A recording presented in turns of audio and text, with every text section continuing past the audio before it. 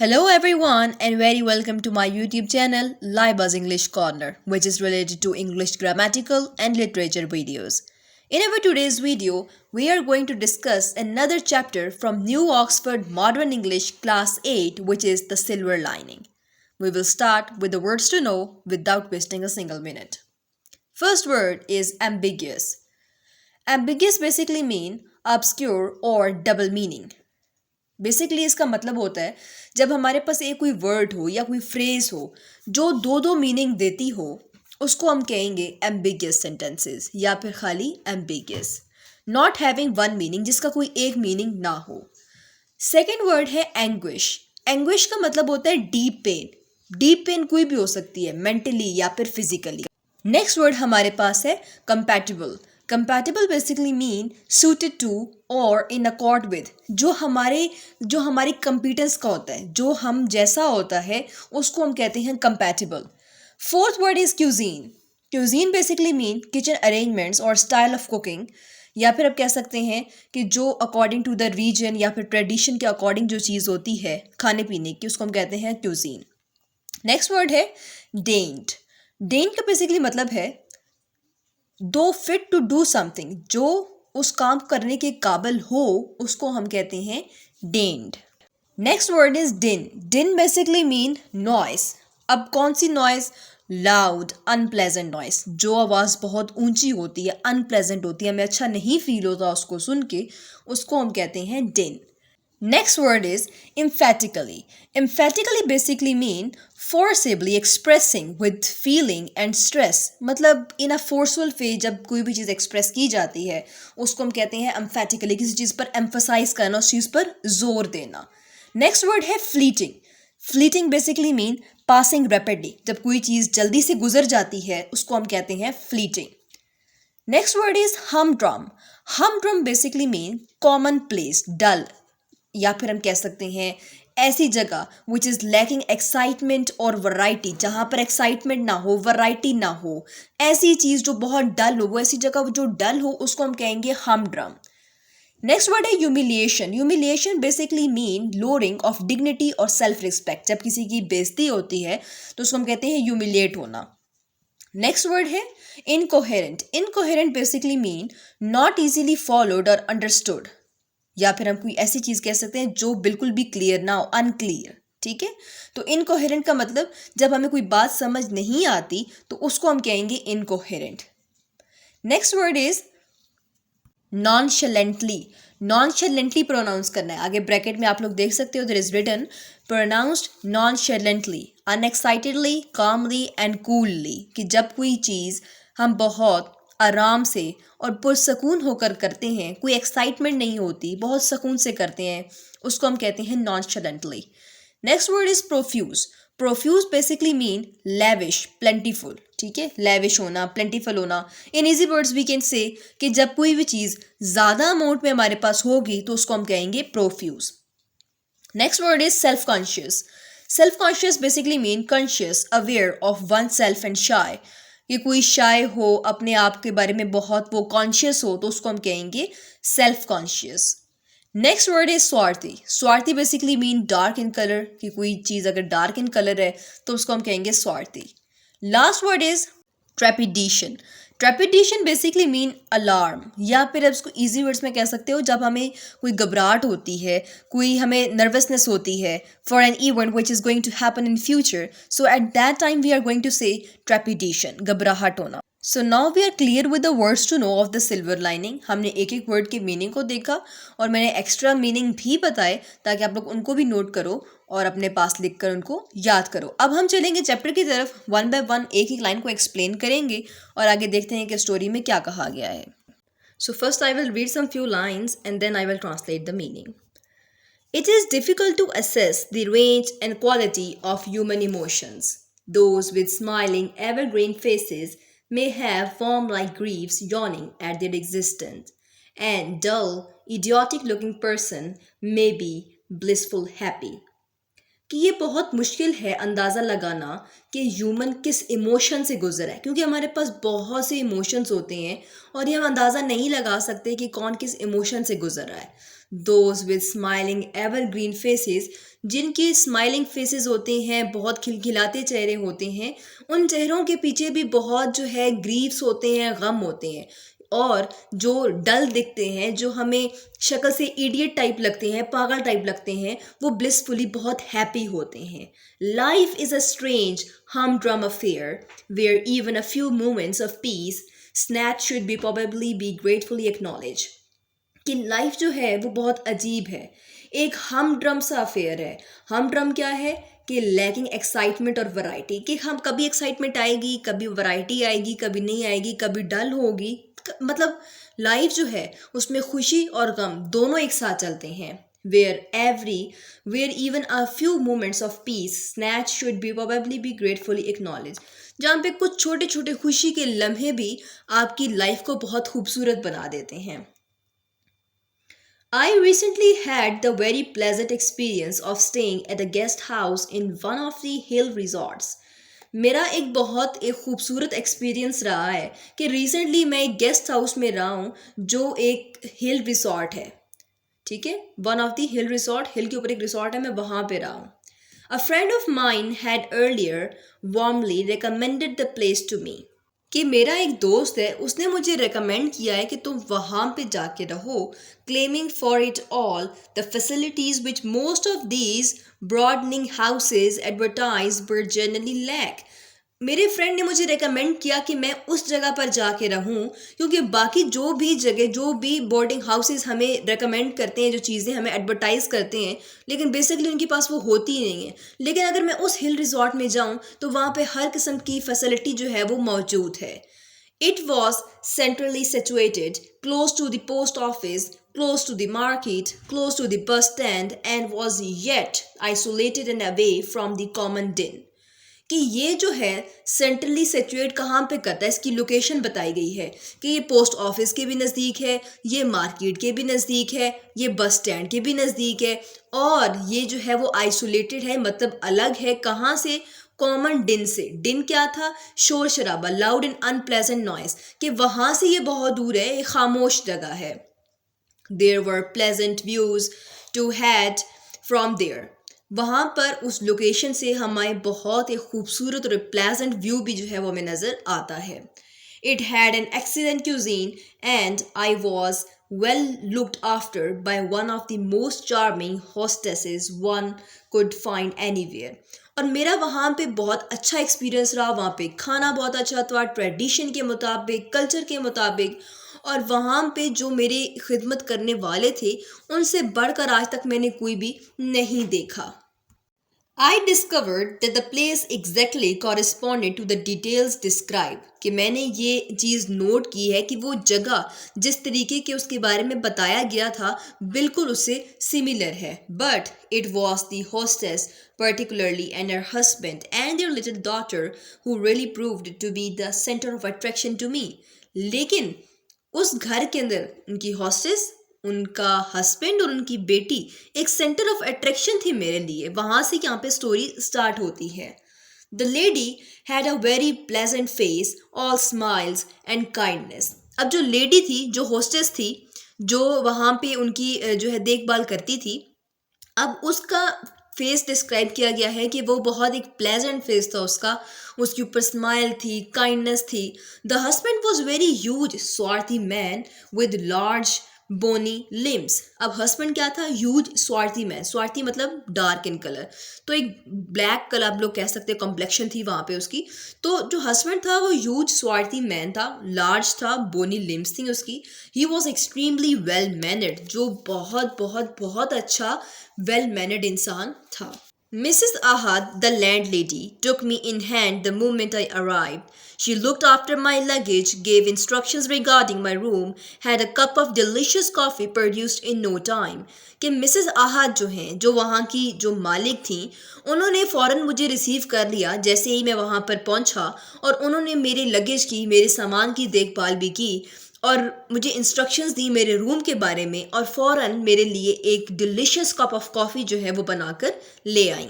So now this picture is the representation of all the scene happening there। The man with the cup of coffee in hand is the guest, and the other man is a Swarthi man, which is the father of that girl, Maheen, which is also living in the same house, and that woman is the hostess who was providing the greatest hospitality ever in this hill resort.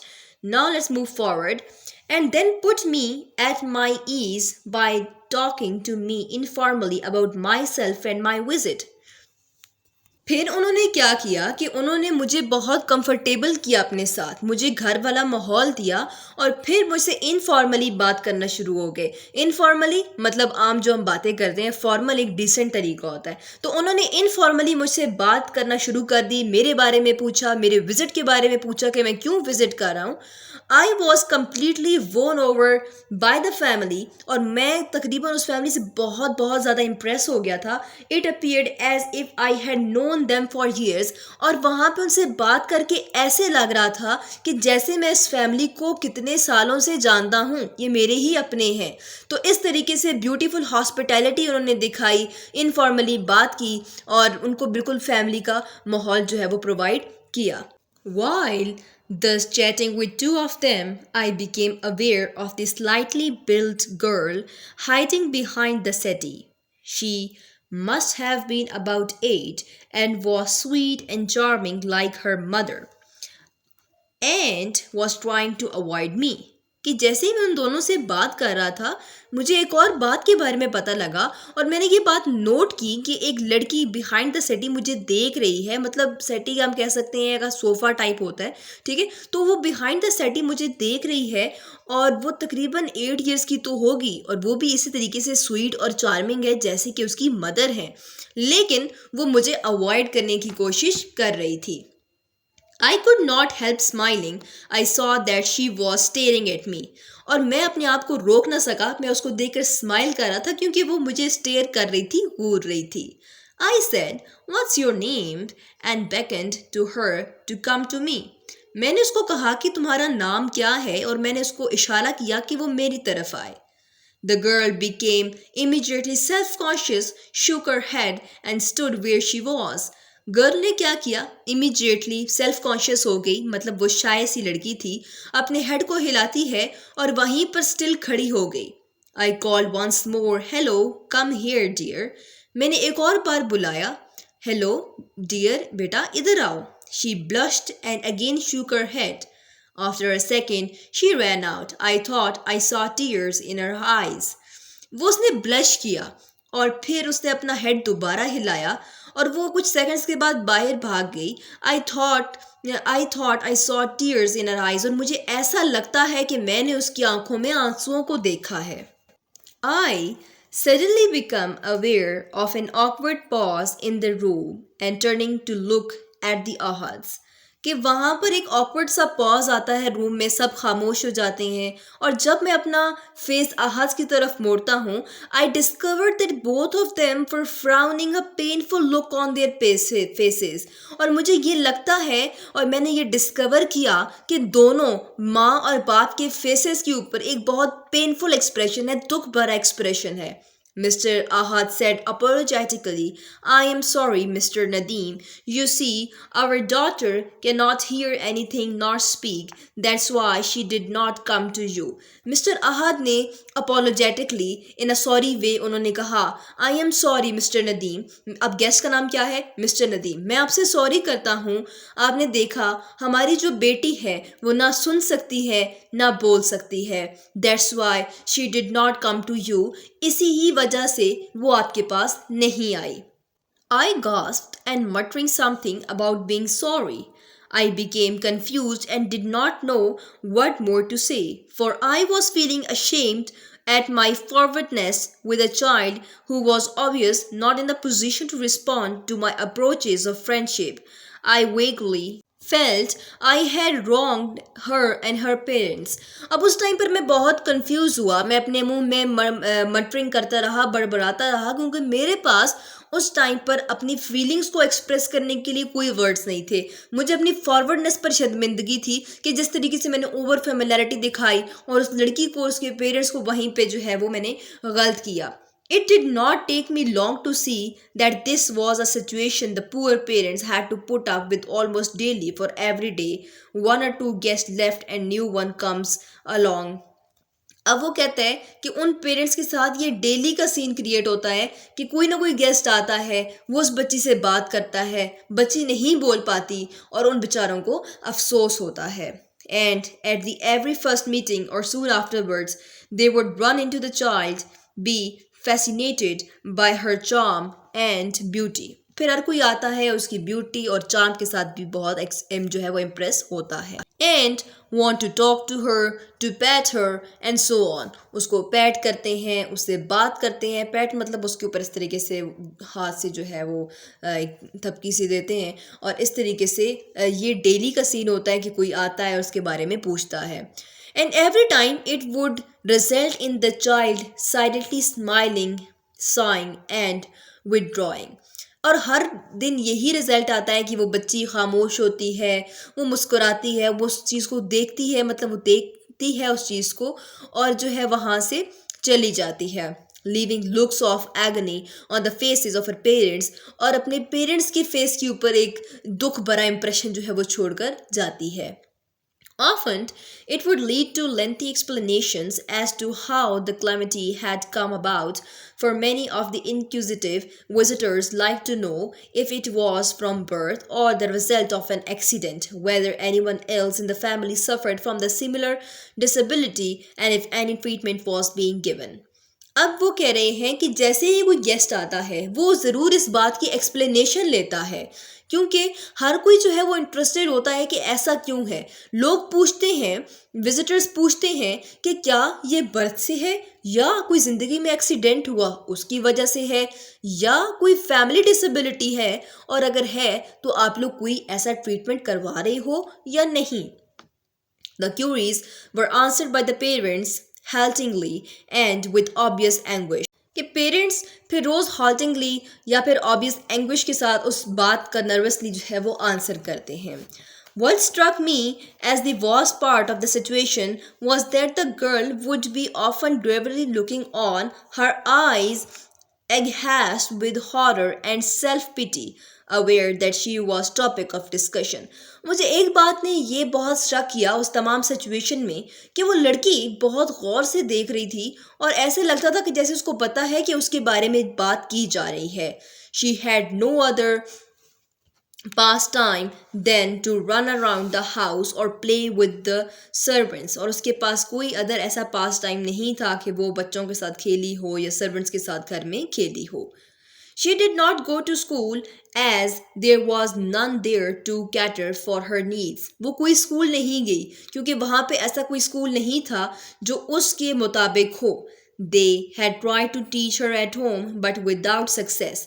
उन्होंने उसको घर में पढ़ाने की कोशिश की लेकिन कामयाब ना हो सकी. She could only hear faintly. उसको कम कम सुनाई देता था. Without feeling much. और कुछ फील भी नहीं होता था. When one shouted close to her ears and she could speak nothing except utter animal-like cries of happiness and sorrow, or say crudely such words as mama or uncle. ठीक है, तो अब वो क्या होता था कि उसके पास कोई फीलिंग्स नहीं थी, कोई एक्सप्रेशन नहीं थे. जब उसके कान के पास कोई बहुत चीख कर बोलता था तो वो कुछ वर्ड्स को अटर करती थी, बोलती थी. अब वो वर्ड्स भी क्या थे, लाइक मामा, अंकल, मतलब कोई क्लियर वर्ड नहीं बोलती थी. जब खुशी में हो या गम में हो वो कुछ बड़बड़ा देती थी, समझ नहीं आता था. All her other communication were confined to gestures with her hands, which brought a fleeting sensation of torture to her whole being when one failed to follow what she was saying. अब तमाम जो उसकी confusion थी, तमाम जो उसकी communication थी वो एक पर्टिकुलर हद तक कन्फाइंड थी. अब वो हाथों के साथ अपने एक्सप्रेशंस को बताती थी कि उसको क्या फील हो रहा है. To save the child from such repeated humiliation, one day I suggested something to the Ahads. अब उस बच्चे को रोज रोज इस ह्यूमिलेशन से, इस बेइज्जती से बचाने के लिए मैंने एक मशवरा दिया आहद्स को. Which the parents after some trepidation agreed to try. और पेरेंट्स ने थोड़ी देर ट्रेपिडेशन के बाद, एक घबराहट के बाद उन्होंने हाँ कर दी कि ठीक है. We decided to have bits of paper typed and to hand over one of these chits, duly sealed in a cover to every new visitor as soon as they entered the guest house. और फिर उन्होंने कुछ chits बनाई उस जो उसने बात बताई थी और फिर जो भी उनके घर में न्यू गेस्ट आएगा वो उसको देंगे. Our daughter is deaf and dumb. अब जो चिट बनाई थी उन्होंने जो कवर के अंदर सील की थी उसके अंदर ये लिखा था, our daughter is deaf and dumb. हमारी बेटी गूंगी और बहरी है. You may hurt her by trying to be friendly too soon. और आप लोग उसको हर्ट करते हो जब वो आप उसके साथ फ्रेंडली होते हो. As she can neither understand nor reply to your kind words. क्योंकि आप लोगों की मेहरबानी है कि आप लोग उससे फ्रेंडली होते हो, लेकिन ये उसको बहुत दुख देता है क्योंकि वो ना ही आपकी बात का कोई रिप्लाई कर सकती है और ना ही आपकी काइंड अल्फाजों को वो समझ सकती है. You are requested to please give her time to approach you and make you acquaintance. Thank you. कि आप लोगों से ये रिक्वेस्ट है कि आप लोग उसको अप्रोच ना करो, वो आप लोगों से अप्रोच करेगी, आप लोगों से फेमिलियर होगी, तभी आप लोगों से बात करो. Thank you.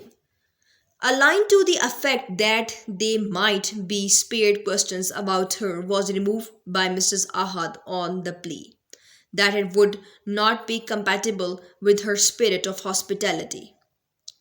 As it was, she felt the note was not a very kind one to be given to the people who were going to make her guest house their temporary home.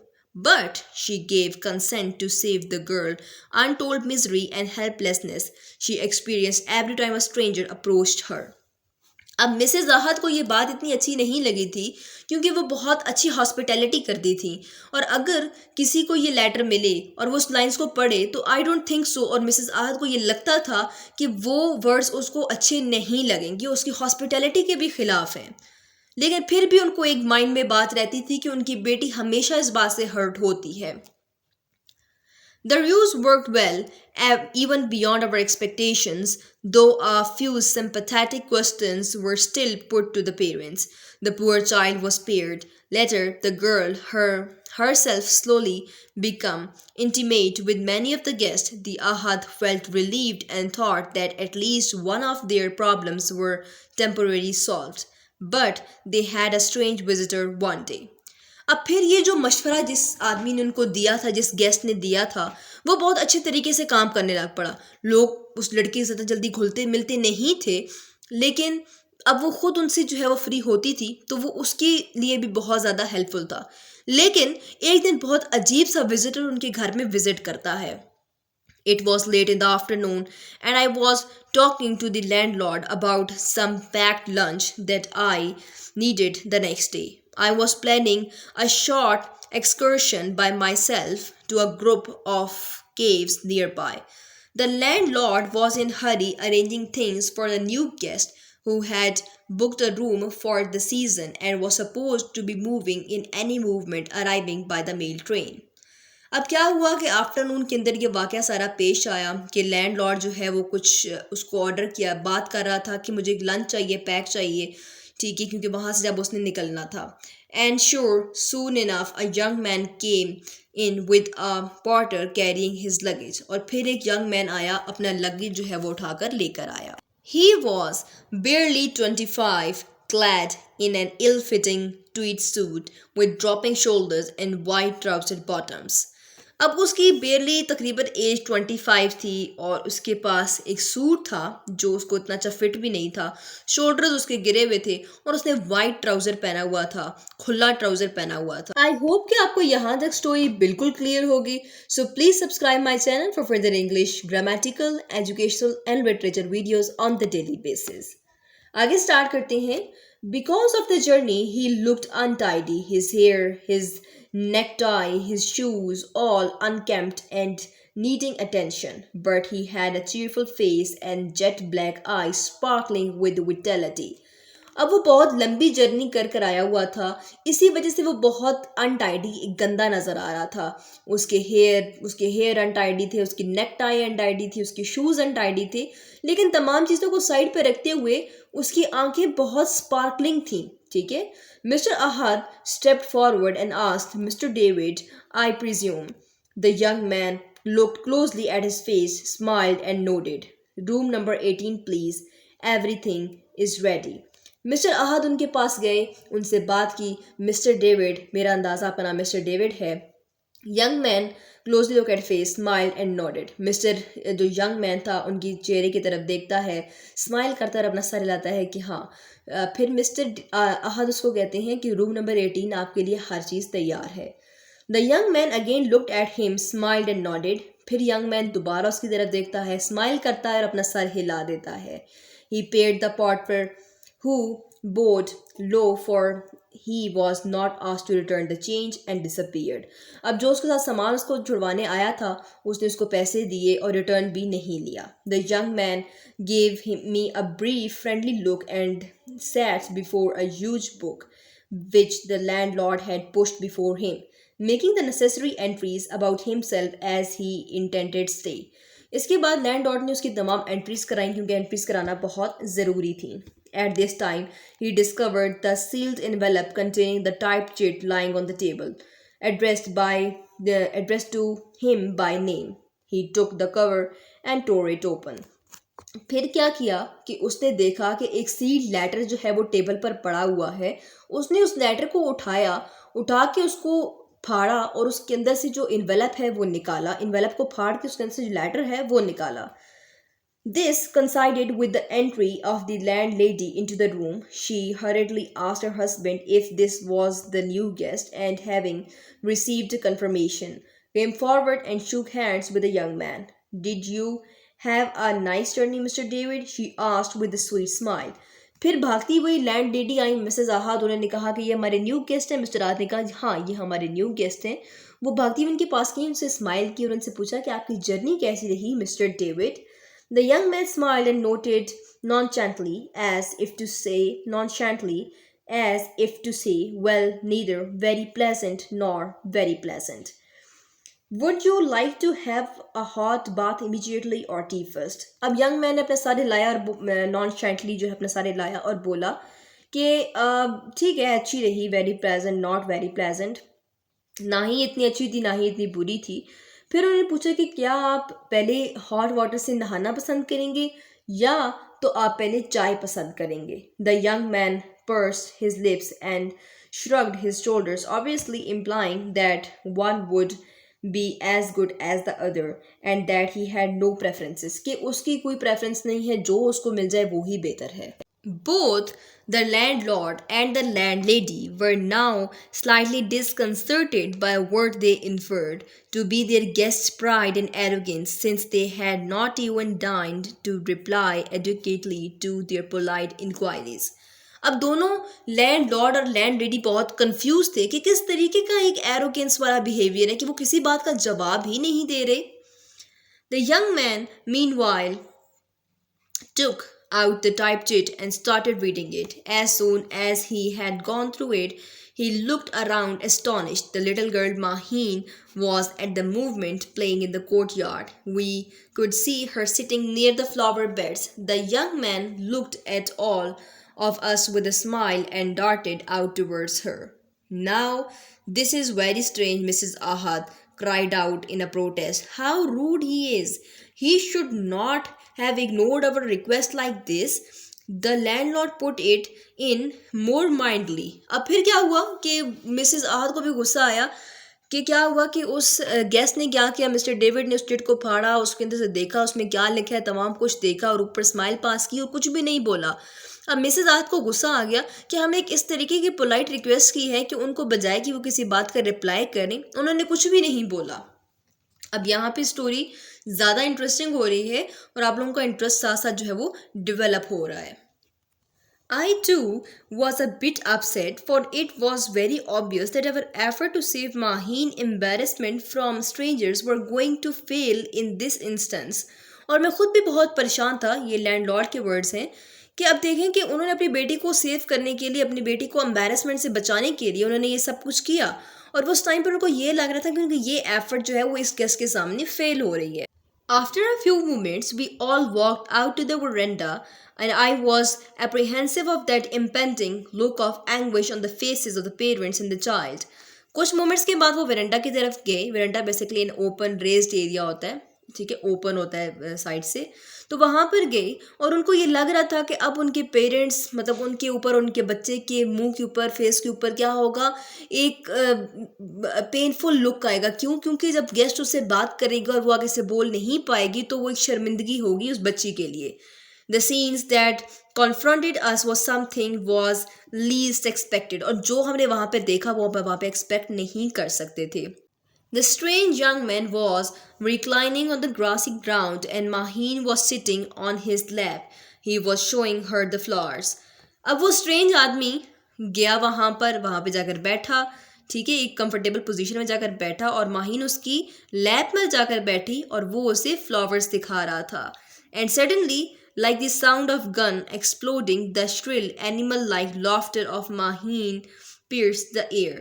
फिर क्या हुआ कि कुछ time के बाद माहीन इतना ऊंचा हंसी जितना वो एक्सपेक्ट नहीं कर सकते थे, क्योंकि जब वो उस गेस्ट के साथ बैठी हुई थी वो बहुत ज़्यादा फ्रेंडली थी, बहुत ज़्यादा खुश थी उसके साथ। The parents looked at each other with wonder and amazement. अब पेरेंट्स ने एक दूसरे की तरफ हैरानगी के साथ देखा। Our daughter has not laughed like this for years, Mrs. Ahad said. Mrs. Ahad ने कहा कि हमारी डॉटर को ऐसे हंसे हुए तो सालों गुजर गए हैं। Curious, we watched the two of them who were now walking towards us hand in hand. फिर उन्होंने हैरानगी की बात क्या देखी कि वो दोनों हाथ पकड़कर हमारी तरफ आ रहे थे। Maheen ran to her mother and danced about with her joy. अब वो वहाँ पर अपनी मदर के पास आई और बहुत खुशी के साथ उसने वहाँ पर एक डांस किया। She made her queer sounds of mama mama and wildly pointed to the young man. बहुत खुशी से उसने डांस किया और मामा मामा की तरफ बोलकर उसने यंग मैन की तरफ इशारा किया। It was Mr. David who came to our rescue. We soon realized that he was deaf and dumb too.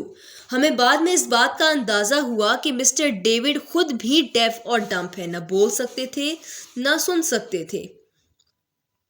His strange, ambiguous silence, his sudden rush for the girl on reading the note all became instantly clear to us. उनका strange behaviour, उनका ambiguous silence, उनका sudden rush, जैसे ये letter पढ़ा फ़ौरन लड़की के पास चले गए, तमाम बातें हमें क्लियर हो गईं। It took us time to digest the news, हमें इस बात को डाइजेस्ट करते हुए बहुत टाइम लगा। And then both parents broke into incoherent statements of profuse apologies that they had not noticed it earlier, imagining the type of man they were talking to. They spoke in half sentences and tried to convey the rest through gestures. अब वो जैसे ही उन्होंने जब ये पढ़ा उसके बाद अपने इमोशंस को कंट्रोल ना कर पाए, उनके साथ बहुत उस शख्स को उन्होंने सॉरी किया, कुछ बातें उनको बोल देते थे, कुछ मुंह से बता देते थे, सॉरी गेस्चर के साथ, अपनी साइन लैंग्वेज के साथ बता देते थे, क्योंकि वो खुद भी डेफ एंड डम्ब थे, उनको बात समझ नहीं आती थी। But the young man had not the slightest difficulty in understanding them. लेकिन young man को कोई भी बात समझने में इतना टाइम नहीं लगा। He appeared to read their lips. वो उनकी lips को पढ़ लेता था।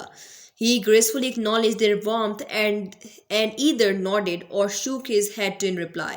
For more complicated and lengthy answers, he used pen and paper. अब जब उनकी बातों का जवाब दे रहा था तो वो कभी अपना सर हिला देता था, कभी ऐसे नहीं कर देता था, कभी हाँ कर देता था। और फिर क्या हुआ कि ज़्यादा कॉम्प्लिकेटेड आंसर्स के लिए उसने पेन और पेंसिल का यूज़ किया और वहाँ पर लिख के बताया। The next day, Mrs. Ahad was full of news. She talked as she had never talked before. Next day, Mrs. Ahad बहुत न्यूज़ से भरी हुई थी। वो ऐसे बात कर रही थी जैसे उन्होंने कभी बात नहीं की थी। She mentioned the stranger and the plans for the betterment of Maheen. He had outlined to her most people's means.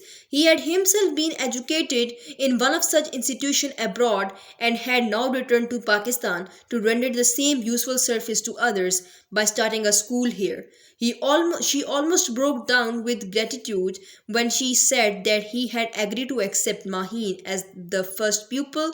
He had emphatically stated that the girl could in course of time live almost as normal a life as many of us who had the powers of hearing and speech. Mrs. Ahad laughed like a carefree girl. She gave us an extra helping of jam and butter and honey at the table. She looked the happiest woman in the world. अब यहाँ पे उस शख्स ने जो बाहर से stranger आया हुआ था उसने क्या किया कि मशवरा दिया माहिन के बेटरमेंट के लिए, उनको प्लान्स बताए और कहा कि मैं खुद भी अब्रॉड से पढ़ कर आया हुआ हूँ और मैं भी इन्हीं स्कूलों में पढ़ कर आया हूँ जो डेफ एंड डम्ब स्टूडेंट्स के लिए है। अब मैं यहाँ पर एक स्कूल बनाना चाहता हूँ जो इन्हीं बच्चों के लिए हो और उनकी क्वालिफिकेशन पर ध्यान दे और उनको पढ़ने लिखने में कोई मुश्किल ना हो, और मुझे बहुत खुशी होगी कि माहिन मेरी पहली स्टूडेंट बने। और पेरेंट्स उसके बहुत खुश थे और राज़ी थे और मिसेस अहद इतना हंसी इतना खुश थी जितना वो आज तक ना हुई, और उन्होंने एक्स्ट्रा जैम और बटर भी उनको उस टाइम पर दिया। तो ये बेसिकली लिखी है डॉक्टर चमन नाहाल ने, जो कि ऑथर हैं इस शॉर्ट स्टोरी के, जो कि सियालकोट में पैदा हुए थे 1927 के अंदर। He was the author of novels, reviews, articles, and work of criticism. The silver lining is taken from the volume of short stories entitled The Weird Dance. Now, let's move toward the exercise. We will start with A part, which is comprehension, and we will move forward to all the parts. A part is comprehension, and in comprehension, the first part is answer the following questions. So we will answer the following question according to the chapter.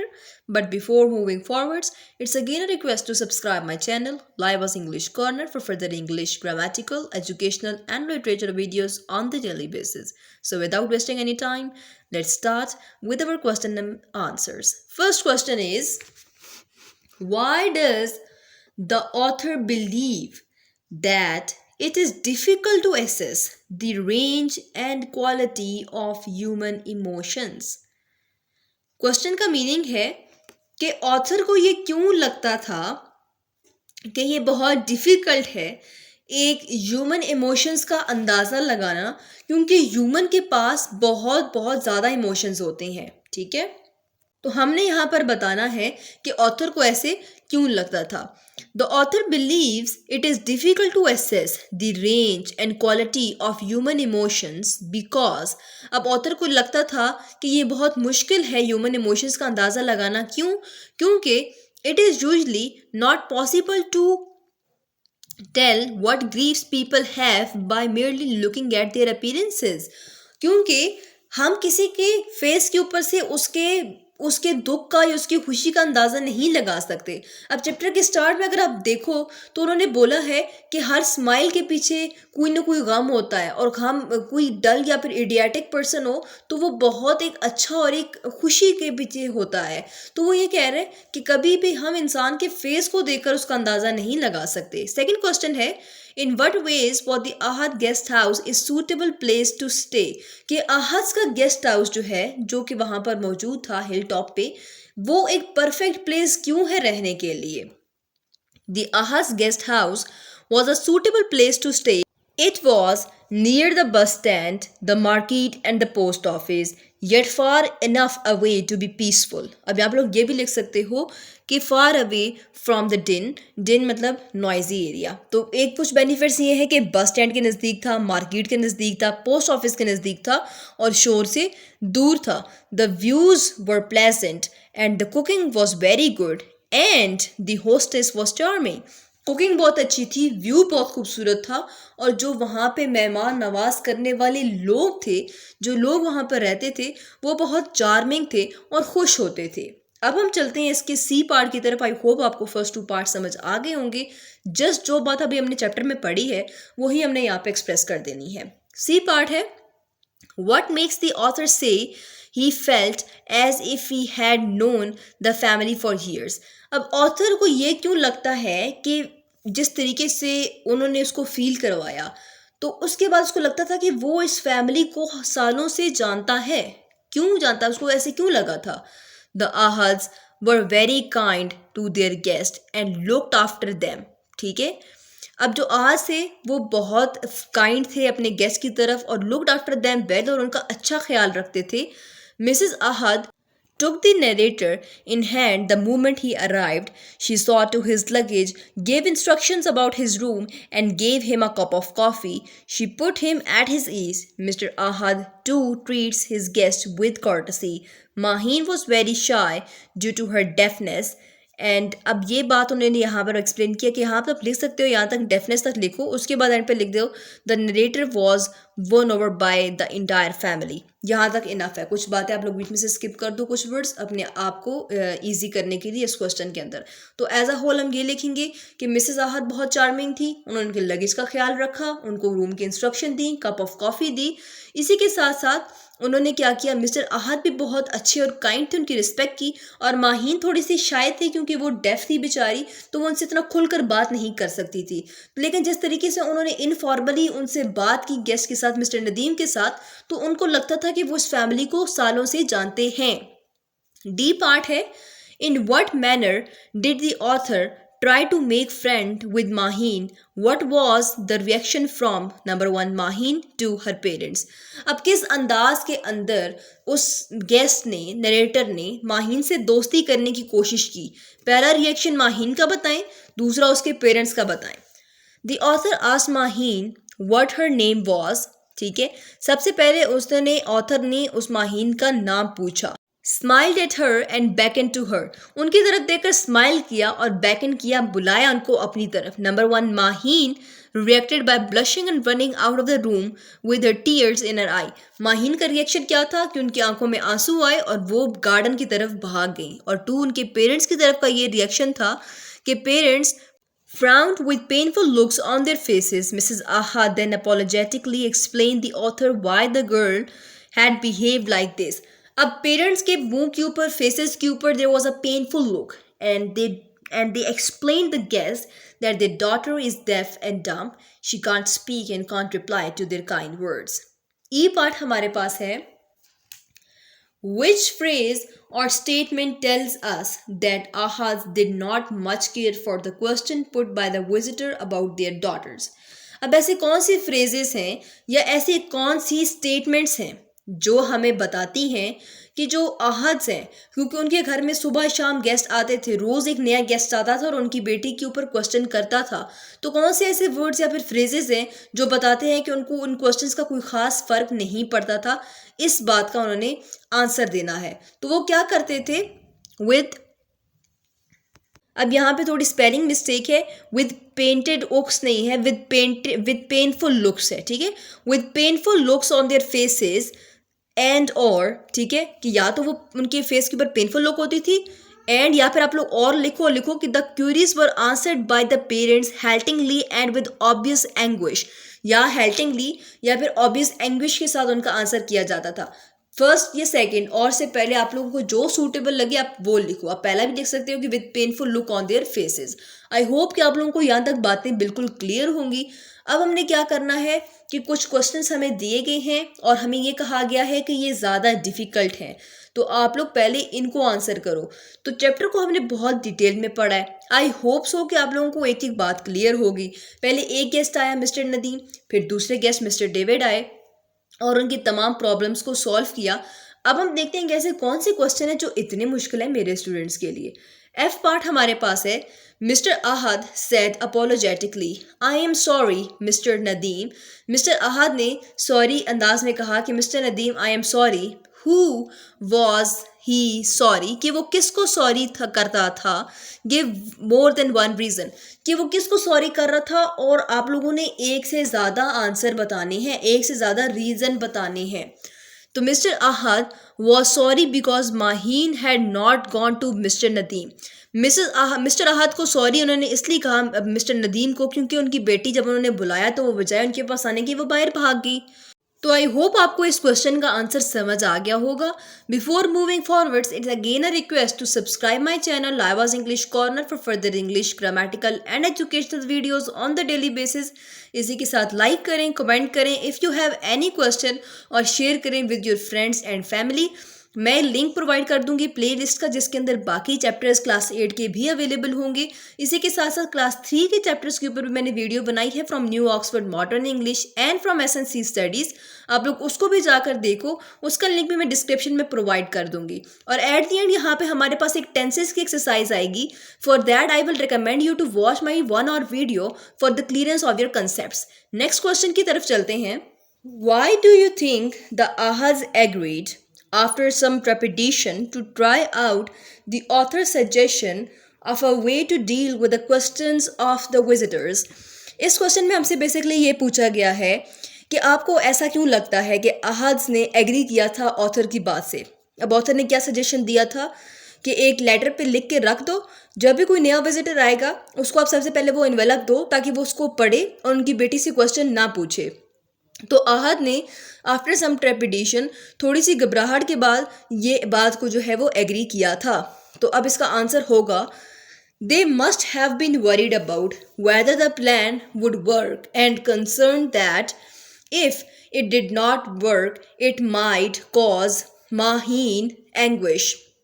ठीक है, तो वो ये कह रहे थे कि उनका ये ख्याल था कि प्लान काम कर भी सकता है और नहीं भी काम कर सकता। ठीक है, और वो उनको परेशानी ये थी कि अगर ये प्लान काम नहीं करता तो ये माहीन को फर्दर एंग्विश करेगा, मीन फर्दर पेन पहुंचाएगा।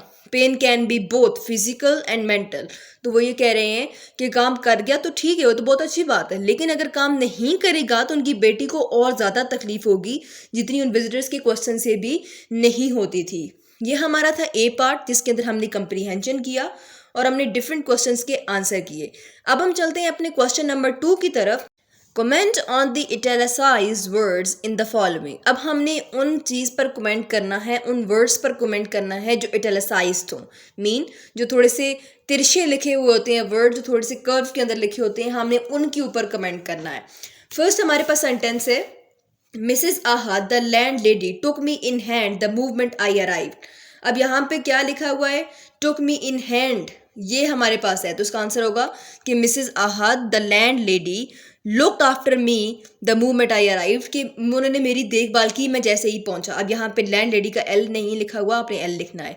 सेकंड है I could not help smiling. Help smiling अब यहाँ पे है, तो अब यहाँ पे आंसर होगा I could not stop my self from smiling, कि मैं अपने आप को हंसने से रोक ना सका। ठीक है, सी पार्ट है and at the first meeting और soon afterwards they would run into the child. अब आंसर यहाँ पे होगा कि and at the very first meeting और soon afterwards they would come across to meet the child. तो जो भी यहाँ पे इटैलिसाइज्ड वर्ड्स लिखे हुए हैं आपने उसको जस्ट थोड़ा सा फर्दर एक्सप्लेन कर देना है कि इसके बारे में क्या कहा गया है। डी पार्ट हमारे पास है he should not have ignored our request like this, the landlord put in more mildly। ठीक है, कि उसको हमारी रिक्वेस्ट इस तरीके से रिजेक्ट नहीं करनी चाहिए थी। तो आंसर होगा कि he should not have ignored our request like this, the landlord interrupted added to the conversation more mildly, कि उसने जो है उस कन्वर्सेशन के अंदर इस बात को और ऐड किया था। ई पार्ट हमारे पास है it took us time to digest the news, कि हमें इस न्यूज़ को डाइजेस्ट करने में टाइम लगेगा। तो क्या होगा कि it took us time to understand take in the news. ठीक है, कि डाइजेस्ट करने का मतलब कि अंडरस्टैंड समझने में, ठीक है, हजम करने में, समझने में जो है इसको टाइम लगेगा। यहाँ तक इनफ है आंसर। एफ पार्ट है and then both parents broke into incoherent statements of profuse apologies. इसका क्या होगा अब? And then both parents started abruptly speaking making incoherent statements of profuse apologies, कि उन्होंने अपॉलॉजीज करना शुरू कर दी। ठीक है, तो इस तरीके से हमने इसका आंसर यहाँ पे एक्सप्लेन करना है। G part is she almost broke down with gratitude. तो ब्रोक डाउन को बनेंगे कि she almost become very emotional. तो इस तरीके से हमें उस बात को फर्दर एक्सप्लेन करना है जो इटैलिसाइज्ड वर्ड्स में लिखी हुई होगी। Next question is reference to context. अब हमें डिफरेंट लाइंस दी गई होंगी from the context from the chapter, we have to explain those lines, और उसके बाद जो उससे रिलेटेड क्वेश्चंस किए गए हैं we have to answer them. I vaguely felt I had wronged her and her parents। I vaguely, कि मुझे ये बात क्लियर नहीं थी, अनक्लियर था मैं कि मैंने उसको और उसके पेरेंट्स को गलत कर दिया है। अब पहला क्वेश्चन हमसे ये पूछा गया है कि why did the speaker feel like this, what had he done, कि स्पीकर को ऐसा क्यों लगता था कि उसने ऐसा किया है और उसने किया क्या था। तो ये बेसिकली हमारे पास फर्स्ट विजिटर की बात यहाँ पे की जा रही है, मिस्टर नदीम, जब वो वहाँ पर आए थे और उन्होंने जो है माहीन से जो है कुछ बात करने की कोशिश की थी। तो आंसर होगा the speaker mister Nadeem felt only slightly that he had wronged the family because he had not really known what he was doing. He had not done anything on purpose. He felt he had wronged the girl and her parents because he had tried to make friends with her by speaking to her, but had not realise that she was deaf and dumb. तो यहाँ पे यही बात बतानी है आपने, बेशक आप लोग अपने वर्ड्स में भी इस बात को एक्सप्लेन कर सकते हो। अब यहाँ पे फर्स्ट लाइन में फेल्ट की स्पेलिंग FELT होंगे कि जो स्पीकर मिस्टर नदीम थे उनको ऐसा इसलिए लगा था कि उसने उसके पेरेंट्स को उस लड़की को गलत किया है क्योंकि मिस्टर नदीम चाहते थे कि वो उसके साथ फ्रेंडशिप करें।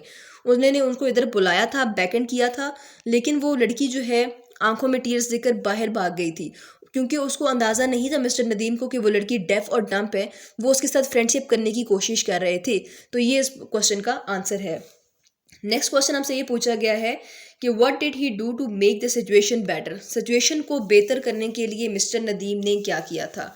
To make the situation better and to save the child from repeated humiliation, he suggested the Ahas provide new guests with a note containing information about Maheen. तो अब क्या हुआ था यहाँ पे कि सिचुएशन को बेहतर करने के लिए और चाइल्ड को फर्दर ह्यूमिलेशन से सेव करने के लिए उन्होंने ये एडवाइस दी थी कि आप एक चिट के ऊपर लिख के रख दें इन्फॉर्मेशन ऑफ माहीन, ताकि कोई भी विजिटर आए तो पहले आप उसको वो न्यूज़ बताएं, वो इन्फॉर्मेशन दें ताकि वो क्वेश्चन ना करे माहीन से।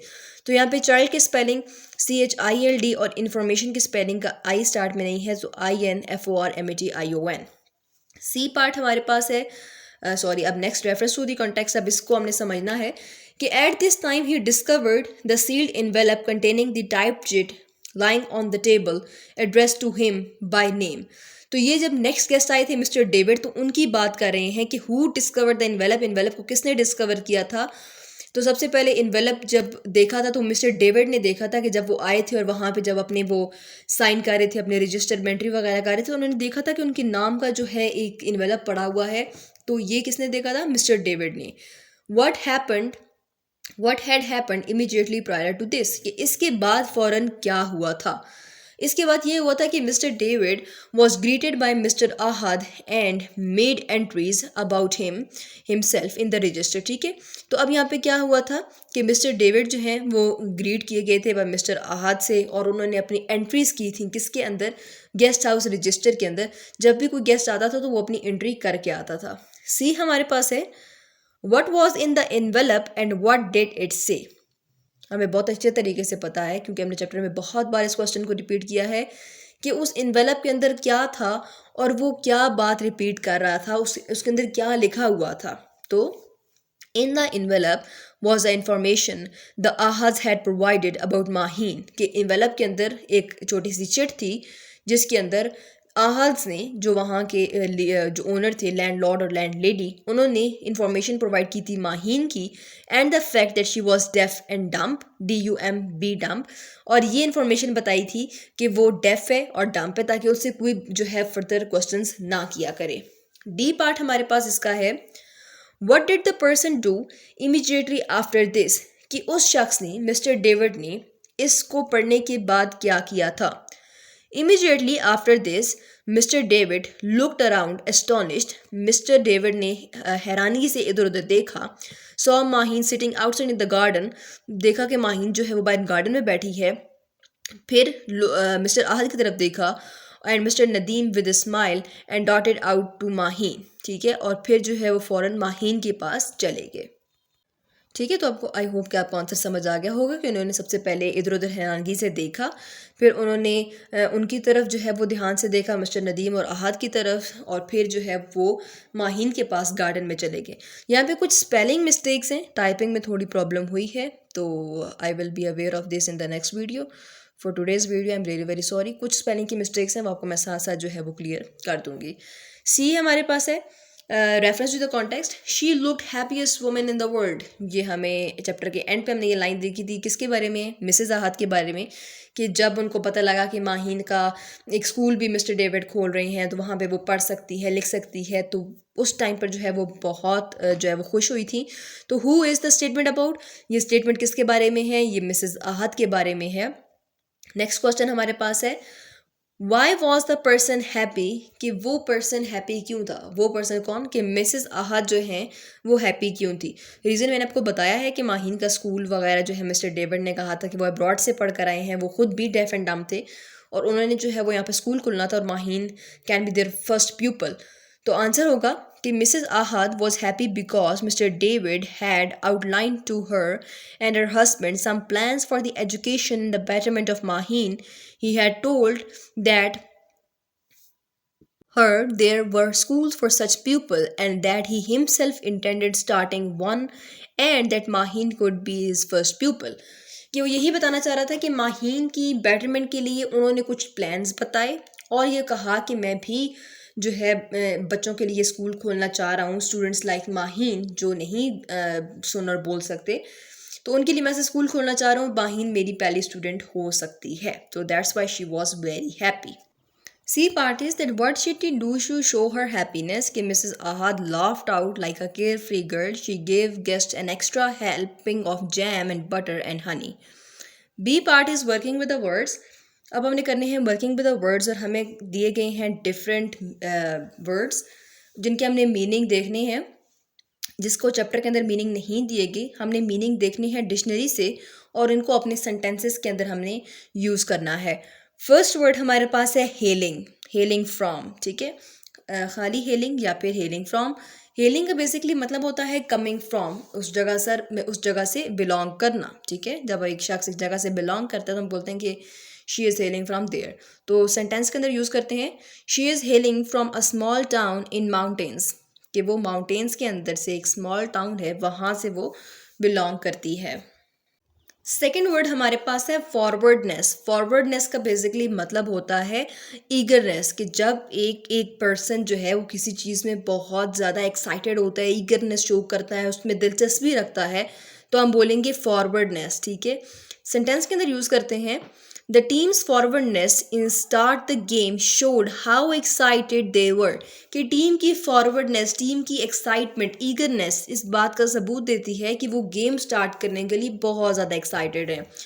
थर्ड वर्ड हमारे पास है sympathetic. sympathetic का बेसिकली मतलब है full of sympathy. when we show sympathy of to someone, for example अगर कोई सैड है तो हम उसकी इमोशंस में, उसके सैडनेस में पार्टिसिपेट करें तो ये हम सिंपैथी दिखाते हैं, उसको हौसला दें.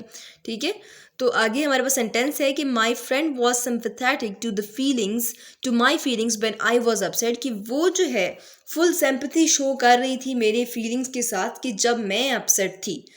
फोर्थ वर्ड हमारे पास है कन्फर्मेशन. कन्फर्मेशन का बेसिकली मतलब होता है act of confirming something. When we confirm something we say confirmation. जब हम कोई भी बात जो है, कोई भी चीज़ जो है वो कन्फर्म कर देते हैं कि हाँ ये ठीक है, तो उसको हम क्या कहेंगे, कन्फर्मेशन. तो एग्जाम्पल सेंटेंस में यूज़ करते हैं I received confirmation of my appointment this morning, कि मुझे मेरी अपॉइंटमेंट की कन्फर्मेशन, कि मेरी अपॉइंटमेंट वाकई है, उसकी जो कन्फर्मेशन है वो मुझे मॉर्निंग में मिली. फिफ्थ वर्ड हमारे पास है इन्फर्ड. इन्फर्ड का बेसिकली मतलब है हिंटेड एट, कि जब कोई हिंट मिल जाता है उस बात का, ठीक है, इन्फर कर देते हैं उस बात को, उस चीज़ का हिंट मिल जाता है. तो उसका एग्जाम्पल जब सेंटेंस में यूज़ करेंगे तो उसका एग्जाम्पल जो है, उसका मीनिंग जो है वो ज़्यादा क्लियर होगा. From his tone I inferred that he was upset, कि उसके टोन से मुझे लगा, उसके टोन से मुझे ये हिंट मिला, इन्फर्ड हुआ कि वो अपसेट है. ठीक है, from his tone I inferred that he was upset. Next word is अपोलोजेटिकली.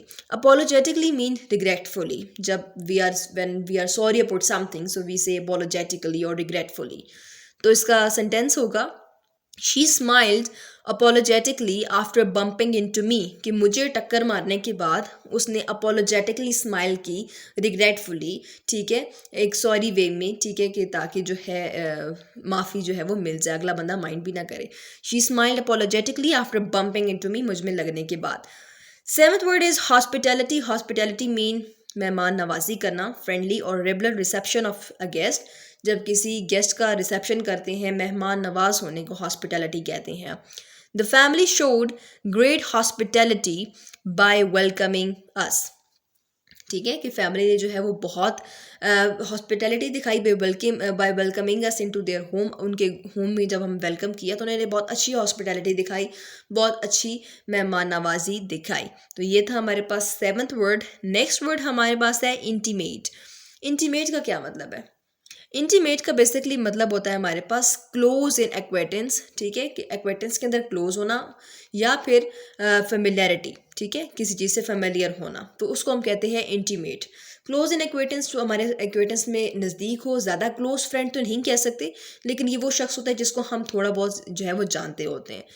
Sentence का यूज़ करते हैं she is very intimate with the details of the project, कि वो बहुत फेमिलियर है किस चीज़ से, डिटेल से। किसकी डिटेल से? प्रोजेक्ट की डिटेल से वो लड़की बहुत फेमिलियर है। नेक्स्ट वर्ड हमारे पास है डिसकंसर्टेड। डिसकंसर्टेड का बेसिकली मतलब होता है अपसेट होना या फिर डिस्टर्ब होना। तो किसका मतलब होता है? डिसकंसर्टेड का। When are we upset, when are we disturbed, we can say disconcerted. So sentence is his unexpected question, कि उसका unexpected question left me feeling disconcerted, कि उसका इस तरीके का अनएक्सपेक्टेड क्वेश्चन जिसका मुझे बिल्कुल भी यकीन नहीं था, जब उसने मुझे पूछा तो उसने मुझे डिसकंसर्टेड कर दिया, उसने मुझे अपसेट कर दिया, डिस्टर्ब कर दिया। Last word is apprehensive. Apprehensive का बेसिकली मतलब होता है नर्वस अबाउट, ठीक है, नर्वस जब हम किसी चीज़ के बारे में होते हैं, ठीक है, कि nervous about what is about to happen, कि जब हम किसी चीज़ के बारे में नर्वस होते हैं कि क्या होगा, तो वी से एप्रीहेंसिव। तो अब इसका सेंटेंस बनाएंगे कि ही वॉज एप्रीहेंसिव, कि वो एप्रीहेंसिव था about starting his new job, कि वो अपनी न्यू जॉब को लेकर थोड़ा एप्रीहेंसिव था। तो आई होप आपको यहाँ तक बात समझ आ गई होगी। We are done with the first part of the working with the words. So please subscribe my channel for further English, grammatical and educational videos on the daily basis. Now we are moving toward the next part, which is use your dictionary to change the following nouns to adjectives. कि अब हमें use करनी है dictionary और हमने nouns को adjective में change करना है. Remember, there are a number of ways in which this is done. Remember, ये बात याद रखिएगा कि मल्टीपल वेज होते हैं चेंज करने के लिए. अब कुछ हमें सफिक्सेस दे दिए गए हैं, विच में हेल्प, लाइक फुल दिया है, वाई दिया है, ISH इश दिया है और OUS दिया है. इसके अलावा भी हम यूज़ कर सकते हैं किसी भी नाउन को एडजेक्टिव बनाने के लिए. फर्स्ट वर्ड है पेन. पेन को एडजेक्टिव बनाने के लिए हम इसको पेनफुल कर देंगे. पेनफुल, पेन के आगे फुल लगा देंगे, पेनफुल, जो कि डायरेक्टली एडजेक्टिव में चेंज हो जाएगा. नेक्स्ट वर्ड है डिज़ायर. डिज़ायरस, डिज़ायर और डिज़ायरस. तो I hope you are clear with the meaning. Pain, painful, desire, desirous. Law, lawful. Law को क्या करेंगे चेंज? लॉफुल, फुल लगा देंगे, लॉफुल हो जाएगा. नेक्स्ट वर्ड हमारे पास है केयर. केयरफुल, ठीक है, केयरफुल. अब हम मोस्टली ये प्रेफर करेंगे कि जो सफिक्सेस हमें दिए गए हैं, सफिक्सेस वो वर्ड्स होते हैं, छोटे छोटे वर्ड्स होते हैं जो हम सेंटेंस, जो हम वर्ड्स के बाद लगाते हैं, और प्रीफिक्स वो होते हैं कि जो वर्ड से पहले आते हैं. तो केयरफुल. अब हमारे पास नेक्स्ट वर्ड है डो. तो डो का डवी हो जाएगा, वाई लगा देंगे, डवी हो जाएगा. नेक्स्ट वर्ड है क्ले. क्ले का क्या होगा? क्ले ही हो जाएगा, EY लगाएंगे, क्ले ही हो जाएगा. नेक्स्ट वर्ड है स्कैंडल. स्कैंडलस, OUS लगा देंगे, scandalous. Boy, boyish, boy, boyish. Boy करके क्या लगाएंगे? ISH लगाएंगे, बॉयश हो जाएगा. Girl, girlish. आपने मोस्टली सुना होगा, लोग बोलते हैं गर्लिश, बॉयश, तो इस तरीके से इश लगा देते हैं तो वो एडजेक्टिव में चेंज हो जाता है. नेक्स्ट वर्ड है फैंसी. फैंसी का होगा हमारे पास फैंसीफुल. Fancy, fanciful. तो ये हमारे पास था दिस वर्ड. नेक्स्ट वर्ड हमारे पास है स्पेस. स्पेशियस. Space, spacious. इस वर्ड के साथ आप काफ़ी फेमिलियर होंगे. Space, spacious. फेम. फेम का क्या होगा? Famous, famous. फेम को हम किस तरह में चेंज करेंगे? फेमस में चेंज करेंगे. Next word is hope. Hopeful. Hope, hopeful. Next word is child. अब जैसे हमने बॉय को चेंज किया बॉयश के अंदर, गर्ल को चेंज किया गर्लिश के अंदर, चाइल्ड को चेंज करेंगे चाइल्डिश के अंदर. नेक्स्ट वर्ड हमारे पास है स्लीप. स्लीप को हम चेंज करेंगे किस में? स्लीपी. स्लीप क्या हो जाएगा? स्लीपी. ऊपर हमारे पास एक वर्ड शायद में से मिस हो गया, डर्ट. डर्ट क्या होगा? डर्टी, वाई लगा देंगे. नेक्स्ट वर्ड हमारे पास है meaning. Meaningful. Meaning, meaningful. Youth, youthful. Youth, youthful. Next word हमारे पास है पॉइजन। पॉइजनस का क्या होगा? Poisonous, poison, poisonous. Last word हमारे पास है स्प्रिंग। स्प्रिंग का क्या होगा? स्प्रिंग का होगा स्प्रिंगी। स्प्रिंग का क्या होगा? स्प्रिंगी। बस आप लोगों ने क्या करना है कि आप लोगों ने इन वर्ड्स को माइंड में रखना है। All are the correct answers without any confusion. आप लोगों ने इनको याद करना है। स्पेलिंग भी बिल्कुल ठीक दिए हुए हैं। जैसा आप इसको कॉपी डाउन कर लो और इसको याद करो, और यही चीज़ पेपर में रिपीट हो सकती है। नेक्स्ट और लास्ट पार्ट हमारे पास है learning about language. Learning about language में आज बहुत इंटरेस्टिंग चीज़ है, प्लेसमेंट ऑफ एडजेक्टिव फ्रेजेस, ये करेंगे। इसके बाद पास्ट टेंस के बारे में बात की है, वो करेंगे। आई विल रिकमेंड यू कि पास्ट को मैं यहाँ पे इतना एक्सप्लेन नहीं करूँगी। What you have to do, I will provide the link in the description tenses के ऊपर। तो वो आप लोगों ने टेंसेस की फुल वीडियो देखनी है, जिसके अंदर प्रेजेंट टेंस से लेकर फ्यूचर टेंस तक तमाम डिटेल एक्सप्लेनेशन 1 घंटे के अंदर तमाम tenses solve with practice exercises और with a lot of examples. तो उसका लिंक मैं डिस्क्रिप्शन में प्रोवाइड कर दूंगी। नंबर 1 पे जो लिंक होगा मैं मेंशन कर दूंगी टेंसेस का, वो देखनी है ताकि आप लोगों को क्लियर हो जाए कि मैं किसके बारे में पढ़ा रही हूँ। सबसे पहले डिस्कस करते हैं प्लेसमेंट ऑफ एडजेक्टिव फ्रेजेस, कि एडजेक्टिव फ्रेजेस जो हैं वो डायरेक्टली किसके बाद आती हैं? नाउन के बाद आती हैं। रिमेंबर वन थिंग कि एडजेक्टिव फर्दर डिफाइन करते हैं नाउन को। जिस तरीके से एडवर्ब प्रोवाइड करते हैं इंफॉर्मेशन वर्ब की, एडजेक्टिव की और एडवर्ब की, तो जो एडजेक्टिव हम वो सिर्फ और सिर्फ नाउन के बारे में बताएंगे। He bought an old table from his friend with crooked legs. अब यहाँ पे ये किस तरीके से सेंटेंस सॉल्व होगा कि विद क्रूक लेग्स एंड पे क्यों लिखा हुआ है? जब हम टेबल की बात कर रहे हैं तो टेबल तो स्टार्ट में है, तो उसका आंसर जो है वो स्टार्ट में आना चाहिए। तो उसका आंसर होगा हमारे पास कि he brought an old table with crook legs from his friend. कि टेबल की क्रूक लेग्स है ना, तो एंड पे क्यों लिखा है, इसलिए उसको पहले लिखेंगे। नेक्स्ट हमारे पास अब कुछ सेंटेंसेस दिए गए हैं जो कि रॉन्ग है ग्रामेटिकली। क्यों? क्योंकि हमने इनकी जो सीक्वेंस है वो गलत है। ए पार्ट हमारे पास है, डायरेक्टली जो है करते हैं। Wanted a cheap house by a man with 3 bedrooms. ठीक है, अब डायरेक्टली जो है वो मैं सीधे आंसर, सही वाले करेक्ट आंसर जो है वहाँ पे लिखूंगी। Wanted by a man a cheap house with 3 bedrooms. ठीक है, तो जिस चीज़ के बारे में बात हो रही है उस चीज़ को इकट्ठा लिखना है। नेक्स्ट है the aeroplane flu over the houses in the sky. ठीक है, तो अब सबसे पहले एरोप्लेन फ्लू कहाँ पे उड़ा? ओवर द हाउसेज तो नहीं ना, पहली बात है कि वो स्काई में उड़ा। तो aeroplane flew in the sky, in the sky flew over the houses. ठीक है, the aeroplane in the sky flew over the houses, कि एरोप्लेन स्काई के अंदर हाउसेज के ऊपर से गुजरा। नेक्स्ट है the lemonade tasted like water in the bottle. ठीक है, अब हम क्या बोलेंगे कि lemonade in the bottle tasted like water, क्योंकि lemonade in the bottle, in bottle के अंदर है। The dog barked at the stranger with the collar. अब यहाँ पे क्या होगा कि dog with the collar barked at the stranger, कि dog with the collar bark at the stranger. Last word है she wanted a dress for her mother with a green border. तो अब हम ड्रेस के बारे में बात कर रहे हैं। ड्रेस का क्या है? ग्रीन बॉर्डर है। ग्रीन बॉर्डर एंड पे लिखा हुआ है, तो ग्रीन बॉर्डर को हम पहले लेके जाएंगे ड्रेस के साथ। She wanted a dress with a green border for her mother. इस तरीके से जिस चीज़ के बारे में बात हुई है उस चीज़ के बारे में जब फर्दर एक्सप्लेनेशन आएगी तो वो उसी चीज़ के साथ आएगी जिसकी बात की जा रही है। हमने चीज़ों को आगे पीछे नहीं करना। अब हमारे पास हैं टेंसेस। टेंसेस का जैसे कि मैंने ऑलरेडी आपको एक्सप्लेन किया है कि आई will provide the link in the description. आपने उस लिंक को ओपन करना है। इसके अलावा आई will provide the link of the play list of tenses, जिसके अंदर मल्टीपल वीडियोज़ है टेंसेस की, बहुत वीडियोज़ हैं। हर एक टेंस की फर्दर अलग अलग वीडियो है जिसके अंदर उसकी एक्सरसाइज करवाई गई है, उसके स्ट्रक्चर को, उसकी एग्जांपल्स को, उसकी फर्दर एक्सप्लेनेशन की गई है। आप लोगों ने उस चीज़ों को वहाँ से जाकर देखना है।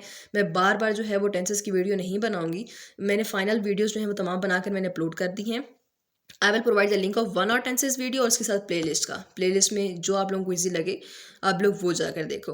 अब हम करते हैं फिल इन द ब्लैंक्स। ठीक है, directly fill in the blanks पे आएंगे। पास्ट परफेक्ट टेंस को जो है आप वहाँ पे देखेंगे।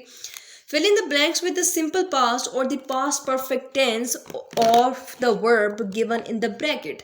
कि जो ब्रैकेट में वर्ड दिए गए हैं हमने उनको चेंज कर देना है। तो पास्ट की बात है तो पास्ट में जो है वो थर्ड फॉर्म जो है हमारे पास यूज होगी क्योंकि पास्ट परफेक्ट है। ठीक है, तो I had eaten the biscuits by the time the children arrived, ED लगाएंगे। ठीक है, क्योंकि पास्ट है।